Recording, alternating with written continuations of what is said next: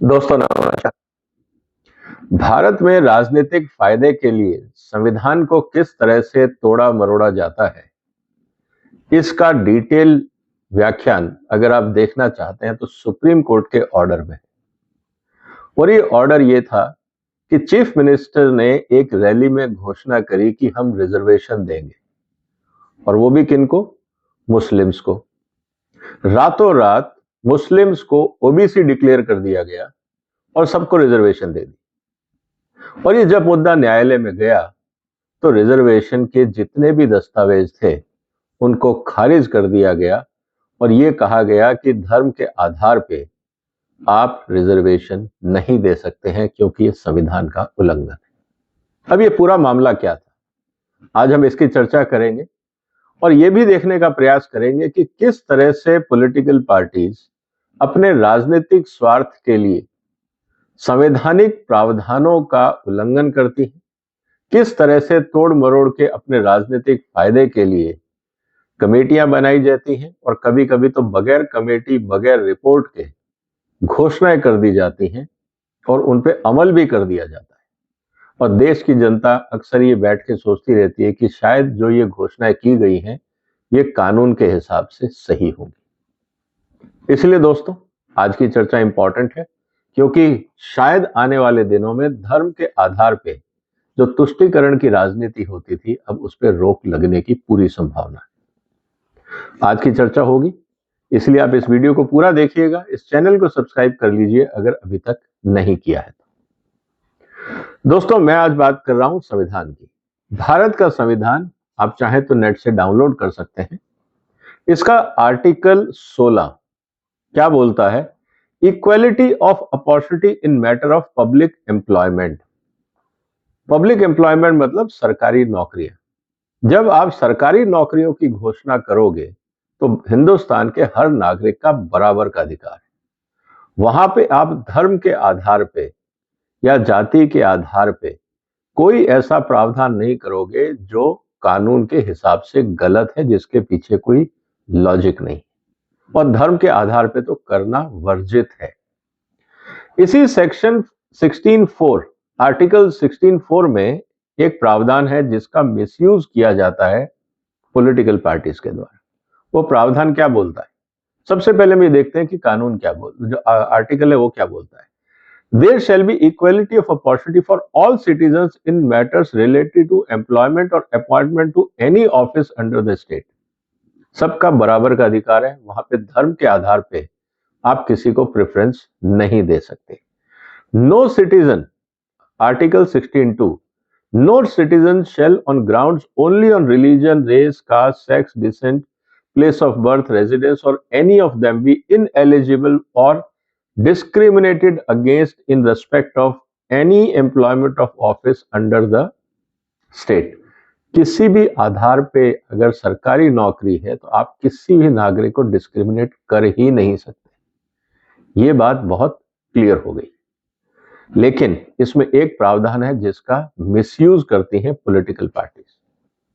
Nothing in this article shall prevent the state from making any provision for reservation of appointment और post in favour of any backward class of citizen which in the opinion of state is not adequately represented in the services under the state। अगर वो backward class है और state को लगता है कि उनका रिप्रेजेंटेशन बराबर नहीं है तो सरकार, जो राज्य सरकार है, वो उसके संबंधित कानून बना सकती है। अब सवाल इस बात का है कि वो बैकवर्ड क्लास कैसे तय होगी। इसके लिए हमारे यहाँ पे बैकवर्ड कमीशन है। लेकिन हुआ क्या? ये पूरा खेल है दोस्तों वेस्ट बंगाल का। आपको पता है वहां पे तुष्टीकरण की राजनीति, किस तरह से हिंदू मुस्लिम करके वहां पे दंगे कराए जाते हैं, और जो बांग्लादेश में हो रहा है वो वही हो रहा है जो वेस्ट बंगाल में होता रहा। अब सवाल इस बात का है कि ये मुद्दा क्या था। 2010 में वहां जो मुख्यमंत्री थे उन्होंने एक रैली में घोषणा करी कि हम जो मुस्लिम्स हैं उनको रिजर्वेशन देंगे। अब सवाल इस बात का था कि मुस्लिम्स को तो आप दे नहीं सकते, तो क्या किया गया? उन्होंने जितने भी प्रावधान थे उनको तोड़ा मरोड़ा पूरे मुस्लिम समाज को ओबीसी के अलग अलग वर्गों में बांट दिया और सबको रिजर्वेशन दे दिया, ये कह के कि ये सब के सब ओबीसी हैं, इसलिए हम उनको रिजर्वेशन दे रहे हैं, क्योंकि ये जो प्रावधान था इसमें उनके लिए रास्ता निकलता था। लेकिन जब ये मुद्दा कलकत्ता हाई कोर्ट गया तो हाई कोर्ट ने क्या कहा? उन्होंने ये कहा कि हम जितने भी अदर बैकवर्ड क्लासेस सर्टिफिकेट 2010 के बाद वेस्ट बंगाल में इशू हुए हैं, हम उन सबको रद्द करते हैं। हाँ, लेकिन जिनको नौकरी मिल चुकी है वो रहेंगे, लेकिन बाकी सब लोग इस सर्टिफिकेट के आधार पे नौकरी नहीं ले पाएंगे। और उन्होंने ये कहा कि भाई ये करीब जो आधार है ये इलॉजिकल है। और अब आप समझिए दोस्तों कि 5 लाख ऐसे सर्टिफिकेट जो मुस्लिम कम्युनिटी को दिए गए थे इन द नेम ऑफ ओबीसीज, अब वो सब रद्द माने जाएंगे। अब इसमें जो ऑब्जर्वेशंस थी वो क्या थी? A class is declared as OBC not only because it is backward based on scientific and identified data. आप ओबीसी सिर्फ कहने से नहीं होते हैं कि साहब हमने आपको ओबीसी बना दिया। कानून ये कहता है कि आप उसका साइंटिफिक सर्वे करेंगे, उसका आइडेंटिफाइबल डेटा निकालेंगे, but also on the basis of such class being inadequately represented in the services of state. अब जैसा संविधान में कहा गया 16(4) में कि अगर वो अंडर रिप्रेजेंटेड है ओनली तब। Such inadequacies is required to be assessed vis-a-vis the population as a whole. अब सबसे बड़ी बात यह है कि इसका पूरा साइंटिफिक स्टडी होगा, उसको पॉपुलेशन के हिसाब से देखा जाएगा as a whole including other unreserved classes, और बाकियों के साथ कंपेयर किया जाएगा। However the pro format published by the commission and as annexed in the writ petition does not conform to the provision of 1993 Act. West Bengal government ने क्या किया? कागज बनाए और कह दिया जी हमने सब ये डिक्लेयर कर दिया है। कोई साइंटिफिक स्टडी नहीं, कोई इवैल्यूएशन नहीं, कोई कैलकुलेशन नहीं, सिर्फ राजनीतिक फायदे के लिए मुस्लिम समाज को उन्होंने ओबीसी डिक्लेयर करके अपना काम चलाया। और तृणमूल कांग्रेस 2011 में जब वो सत्ता में आई तो उन्होंने धड़ल्ले से सर्टिफिकेट इशू किए और आज हालत ये है कि उन सबको नल एंड वॉइड कर दिया जाएगा। अब उनको इस तरह की नौकरी का प्रावधान नहीं मिलेगा। अब हुआ क्या? ये कितनी कमेटियां थी या कितने लोग थे?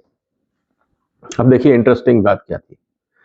In making observation on how the commission acted improperly in connivance with the chief minister's mission to extend reservation, chief minister ने कहा हम रिजर्वेशन बढ़ाएंगे और कमीशन ने बगैर दिमाग लगाए, बगैर साइंटिफिक स्टडी किए, क्योंकि चीफ मिनिस्टर ने बोला था, उन्होंने उनके कदमों में सारी फाइलें रख दी, कहा जैसा आप चाहते हो मालिक वैसा ही होगा। The commission and state acted undue haste and lightning speed in making recommendations of classification of 77 classes to make public announcement by then chief minister a reality. According to the petitioner, the commission appeared in a tearing hurry to fulfill the wishes of chief minister made in a political rally. No proper inquiry was conducted, no scientific study was done, no list was prepared, no notification was issued, and even no objections were invited, which is basically हमारे यहाँ कानून बनाने का तरीका है। और ये हर कदम पे वायलेशन हुआ। अब देखो इंटरेस्टिंग बात क्या थी। The court pointed out that recommendation of sub-classification of OBCs by the state were made upon bypassing the commission, and out of 42 classes, मतलब 42 जो क्लासेस बनाई थी उसमें से 41 वर मुस्लिम्स। ये खेल खेला गया था इन द नेम ऑफ ओबीसी। 42 भाग बनाए, उनमें से 41 मुस्लिम कम्युनिटी को दिए and were recommended for reservation belonging to Muslim community in the name of OBCs. अब ये हुआ। The court also primary and sole consideration of commission had been make religion specific recommendations. तो कहने का मतलब ये था कि जो कमेटी थी, जो कमीशन था, उन्होंने रिलीजन को ध्यान में रखकर उस पे ओबीसी का कवर चढ़ाया और कह दिया कि ये सब बैकवर्ड क्लासेस है। सीधी सी बात है, कोर्ट का ये मानना है कि purpose was to grant religion specific reservation and to hide the real purpose behind such recommendations. ये जो तुष्टीकरण का जो नियत थी उसको छुपाने के लिए ओबीसी का कवर दिया गया।